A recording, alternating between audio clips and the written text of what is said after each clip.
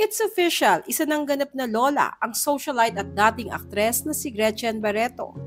Ito'y matapos isilang ng unika-iha nila ng bilyonaryong si Tony Boy Cojuangco na si Dominic Cojuangco Earth ang panganay na anak nila ng kanyang mister na si Michael Hearn.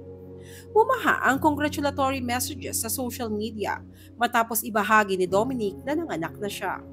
Sa kanyang Instagram post nitong Miyerkules, May 29, ibinahagi ni Dominic ang picture ng unang anak nila ni Michael na isang baby girl.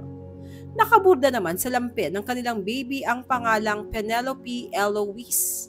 Sa caption ng kanyang post, hindi na itago ni Dominic ang kanyang kasiyahan sa pagdating ng kanilang baby.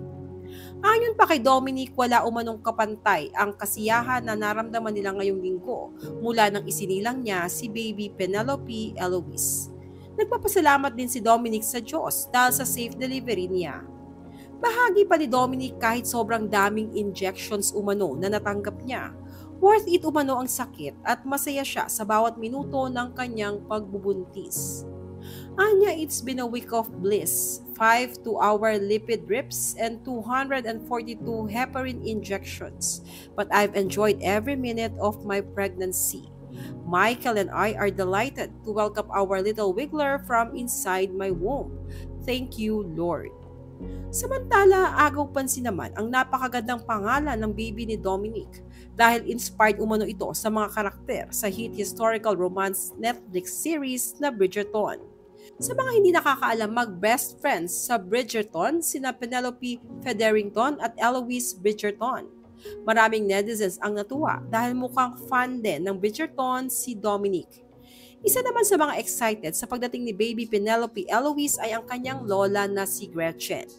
Sa katunayan, hands-on lola si Gretchen nang sorpresahin nila ng kanyang best friend na si Mimi si Dominic ng isang intimate baby shower ngayong buwan. Kaya hindi na raw nakapagtataka kung magiging spoiled sa kanyang lola Greta ang baby ni Dominic. Tiyak din daw na magiging mabuting lola si Gretchen sa kanyang mga apo kay Dominic. Komento pa ng ilang netizens, lola na si Greta. That baby girl will super loved and spoiled by her grandparents for sure. Super lucky girl. OMG, magiging spoiled ito sa Grandma Greta. Born not with a silver spoon but with a platinum spoon, Lola Greta will be doting. Congrats!